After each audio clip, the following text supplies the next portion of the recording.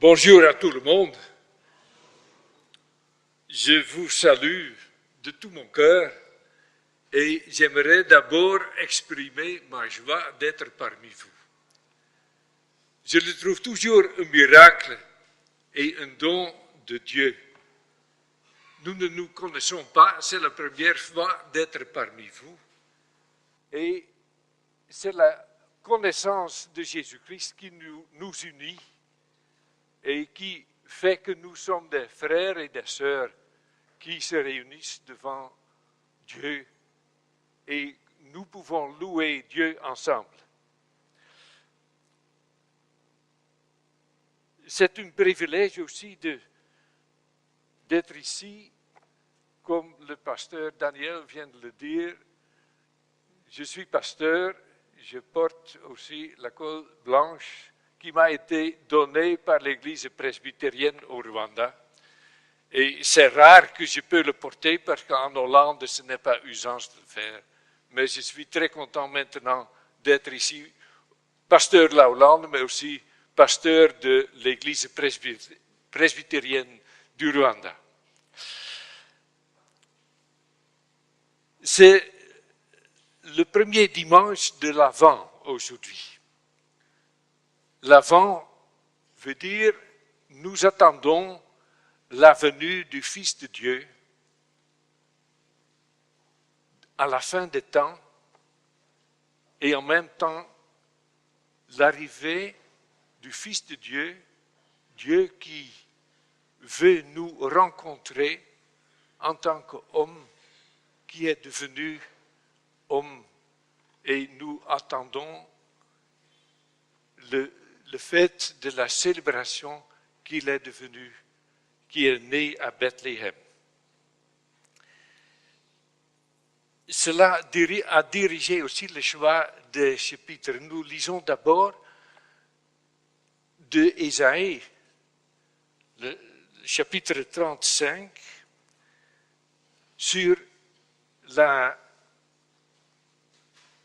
le royaume des cieux, la transformation de la terre comme Dieu l'a voulu créer et va recréer. Et ensuite, nous lisons de Matthieu 25, où Jésus dit, il faut se préparer, il faut être alerte.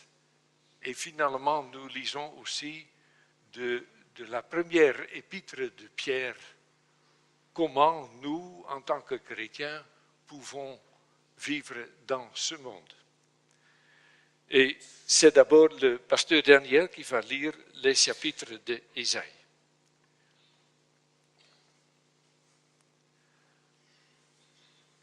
Ésaïe chapitre 35, le verset 1 à 6, et puis le verset 10. Nous lisons.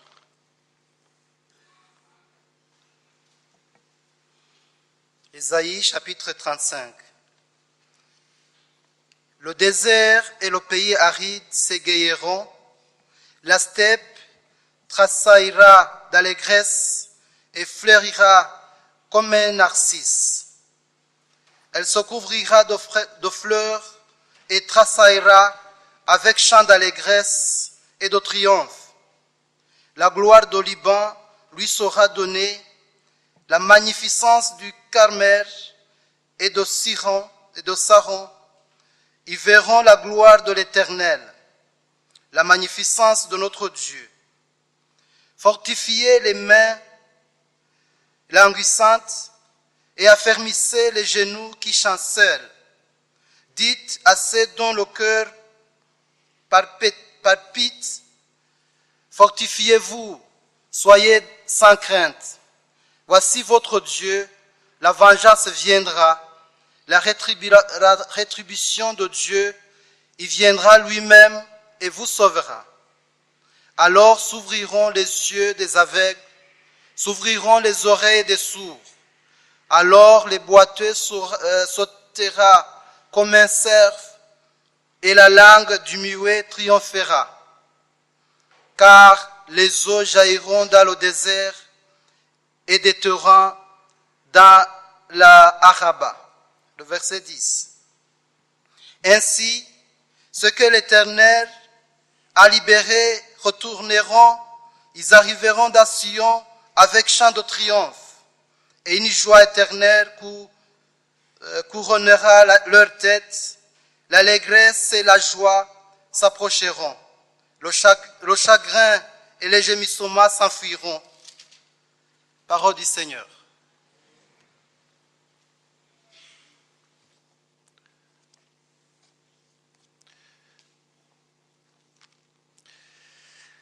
Et ensuite, nous lisons de l'Évangile selon Matthieu 25, le verset 1 jusqu'à 13. Jésus parla à ses disciples dans le dernier discours avant de partir vers son Père. Alors, le royaume des cieux sera semblable à 10 vierges qui, ayant pris leur lampe, allèrent à la rencontre de l'époux. 5 d'elles étaient folles et 5 sages. Les folles, en prenant leur lampe, ne prirent point d'huile avec elles.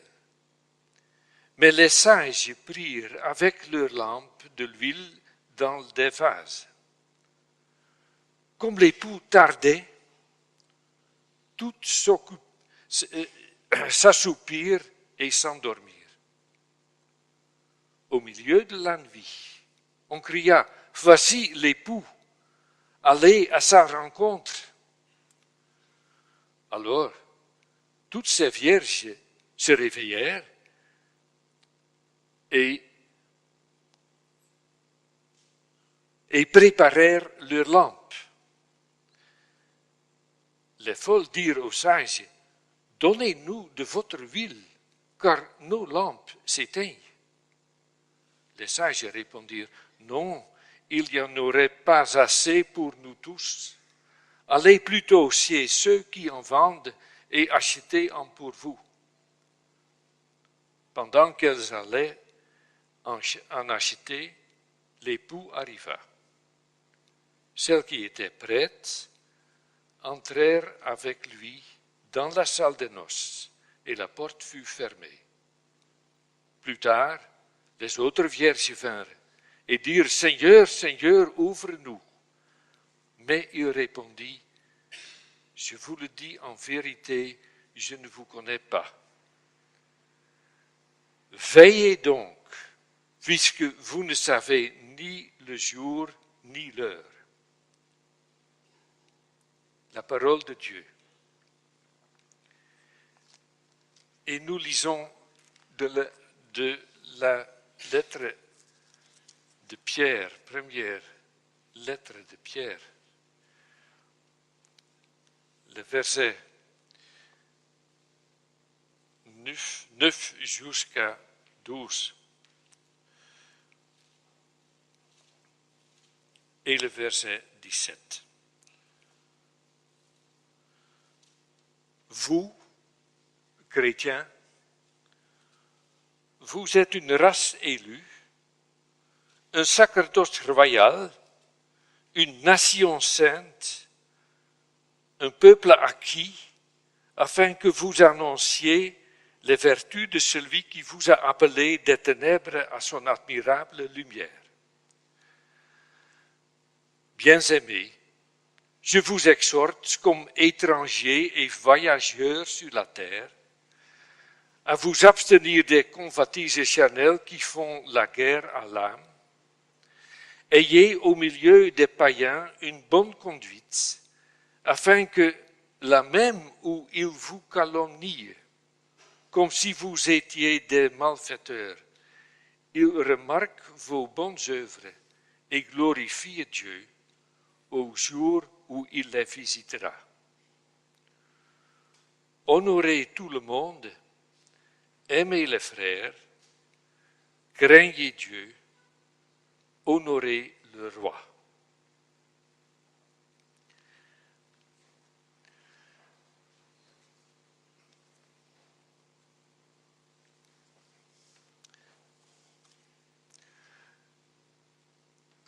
Chères sœurs et frères en Jésus-Christ,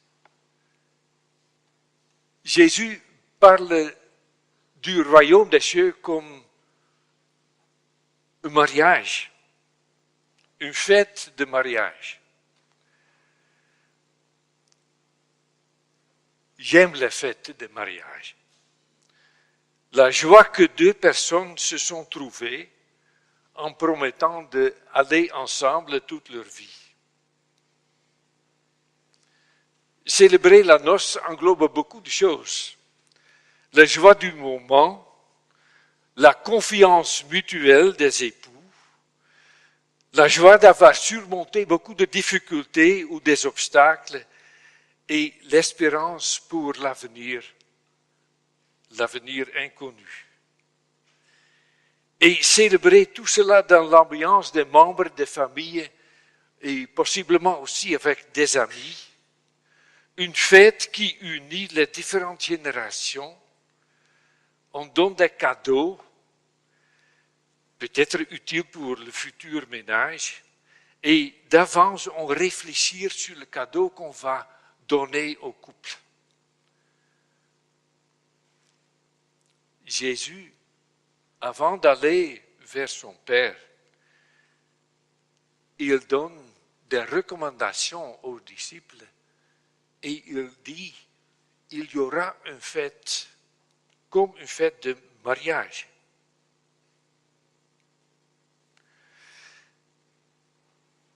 Alors le Seigneur Jésus, parlant du royaume des cieux, parle d'une fête de noces.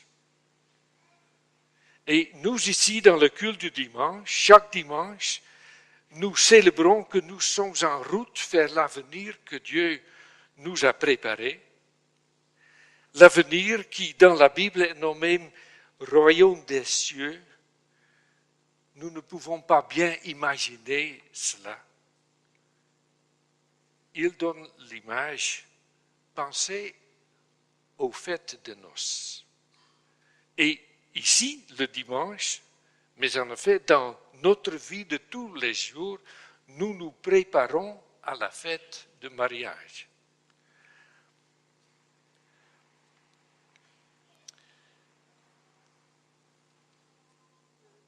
Sur cette parabole, l'époux est attendu pour arriver, il raconte cette histoire, il est attendu pour arriver à la famille qu'il va marier, à la famille de la fille.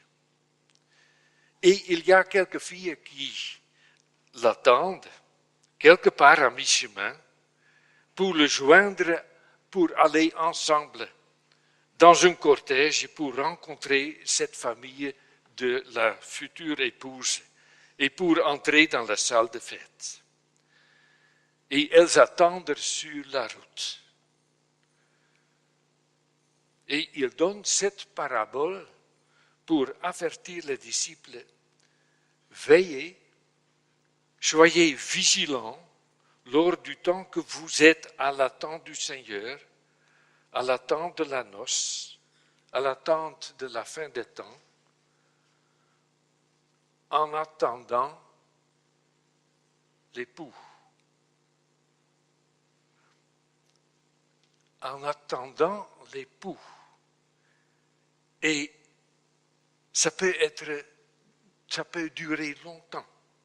Jésus dit, l'époux tarde à venir. Pour les disciples, pour nous, Jésus nous avertit, c'est comme si Jésus tarde à venir. Alors, soyez vigilants.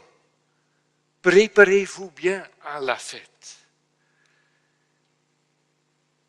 il y avait 10 filles qui sont là pour attendre l'époux. Et sachant que l'époux viendra peut-être la nuit, 5, ils se mettent en route avec des lampes, ou des flambeaux, ou des torches, des lampions pour rehausser la fête, pour que cela sera une procession illuminée.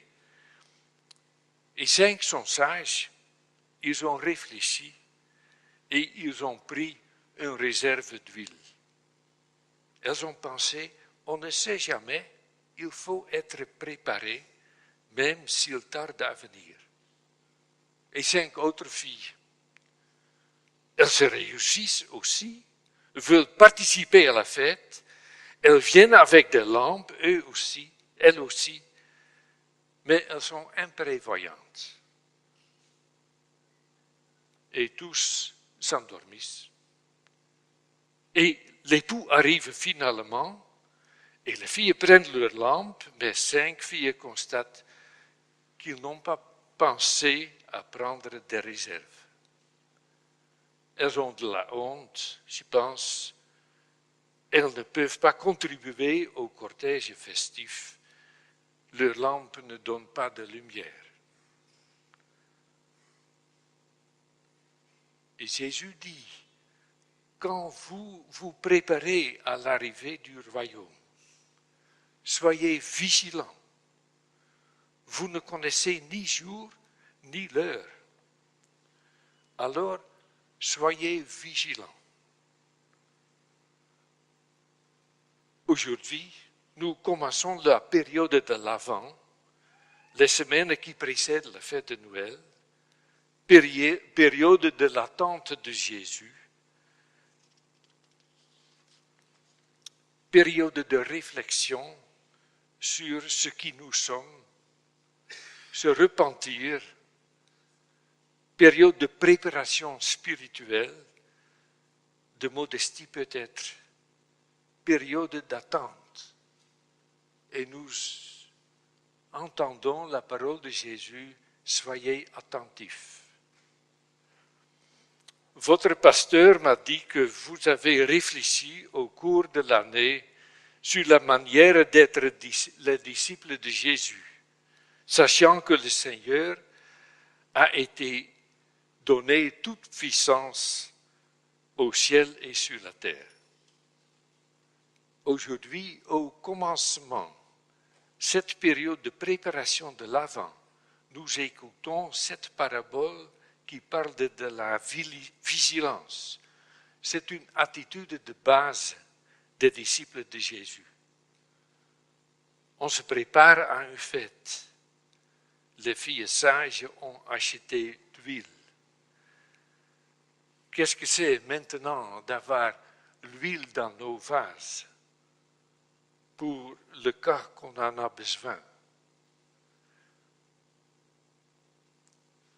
Comment être vigilant? Dans la Bible, la parabole qui suit, Jésus donne tout de suite une autre parabole, c'est la parabole des talents, où Jésus dit, il faut exploiter vos dons et il faut utiliser les talents que Dieu vous a donnés. C'est une manière d'être vigilant. Ça va trop loin de passer maintenant et de parler encore de cette parabole, mais je voudrais encore lire quelques passages que nous avons lus de l'épître de Pierre pour réfléchir sur ce qui nous sommes. Une nation sainte, peuple de Dieu. Vous êtes un peuple acquis, une maison spirituelle. Soyez conscients d'être des citoyens de deux mondes. Vous vivez la vie de tous les jours. Vous attendez l'arrivée de l'époux, le royaume des cieux, et vous êtes ici sur la terre, dans un autre monde. Le matin, quand je suis arrivé ici au temple dans le taxi, c'était un autre monde. J'ai écouté réciter le Coran. Le chauffeur était en train d'écouter la parole comme il l'attend. Nous vivons dans un autre monde. Bien-aimés, dit Pierre, je vous exhorte comme des gens de passage et des étrangers. Ayez une bonne conduite parmi les païens. Je ne dis pas que les musulmans sont des païens, mais ils voient Dieu d'une autre façon. Ayez une bonne conduite parmi les gens, les peuples où vous vivez, sur le point même où ils vous calomnient comme malfaiteurs, qu'ils soient éclairés de vos bonnes œuvres et glorifient Dieu au jour de sa venue, comme étrangers et voyageurs sur la terre. Moi, je viens de la Hollande. Et ces jours, nous commençons à découvrir que nous, les chrétiens, sommes seulement une petite minorité parmi une grande majorité des gens qui ne connaissent Dieu, qui ne connaissent pas Dieu. Et cela exige une réorientation dans notre Église.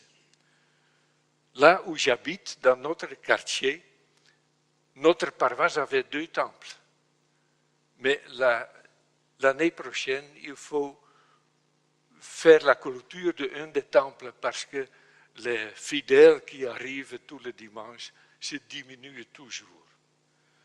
Alors il faut vendre un des temples ou peut-être tous les 2 pour créer un nouveau centre au milieu de notre quartier. Et dans cette réorientation de l'Église, qui sommes-nous? Nous prenons cette épître de Pierre comme point de départ. Une église n'est pas nécessairement grande, mais elle doit être vivante. Une maison spirituelle, un saint sacerdoce, là où il y a le prêtre. Un prêtre fait des actes pour les autres. Il intercède pour une autre personne. Nous sommes des prêtres qui prient pour les autres. Nous attendons le Seigneur. Il nous a placés ici et ici il faut témoigner de lui, proclamer les grandes œuvres. Ce que Dieu demande, c'est alors d'avoir une double loyauté. Vivre la vie de tous les jours, sachant que nous appartenons au Christ qui viendra. Et le dimanche, nous pouvons nous ressourcer nos cœurs par la présence devant Dieu dans le temple, pour vivre les autres jours dans le monde, renforcer nos réserves. L'apôtre Pierre nous enseigne et il donne l'exemple de Jésus. Voir Jésus insulté, il ne rendait pas insulte.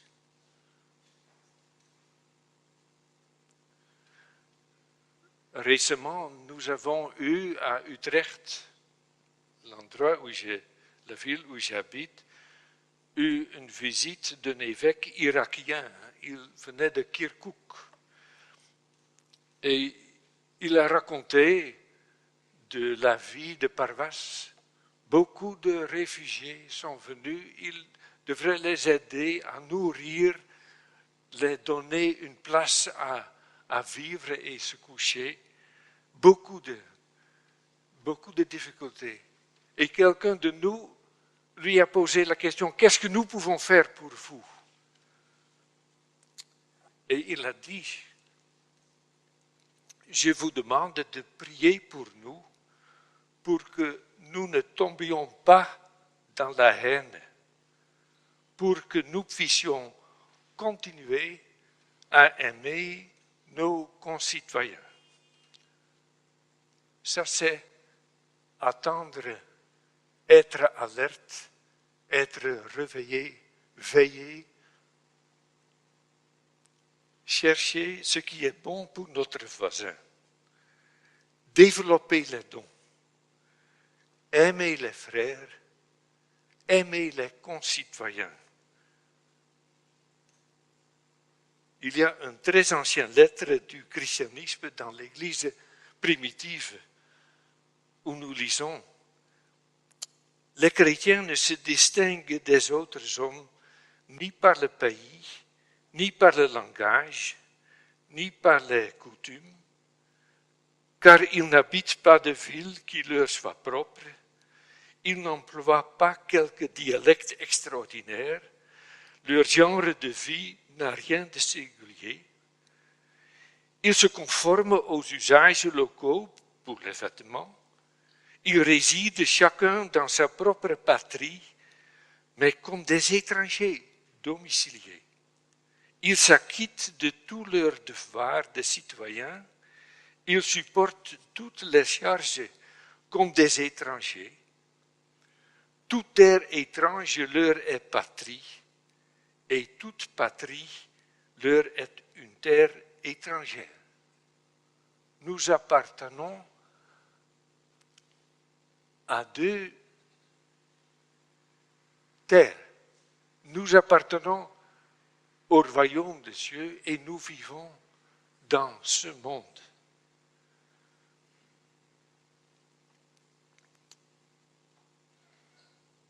Les chrétiens sont dans la chair, mais ils ne vivent pas selon la chair. Ils passent leur vie sur la terre, mais ils sont citoyens du ciel. Ils obéissent aux lois établies et leur manière de vivre est plus parfaite que les lois. Ils aiment tout le monde, même si tout le monde les persécute. Notre Seigneur dit, soyez vigilants, aimez les ennemis, luttez contre la haine, luttez aussi contre tout remords qui peut être dans notre cœur. Restez fermes dans les deux mondes. Fortifiez les mains languissantes, affermissez les genoux qui chancellent. Soyez vigilants comme les filles sages. Honorez tous les hommes, aimez les frères et les sœurs, craignez Dieu, honorez le roi, dit Pierre. Heureux ce serviteur que son maître, en arrivant, trouvera en train de faire cela. Au nom du Père et du Fils et du Saint-Esprit. Amen.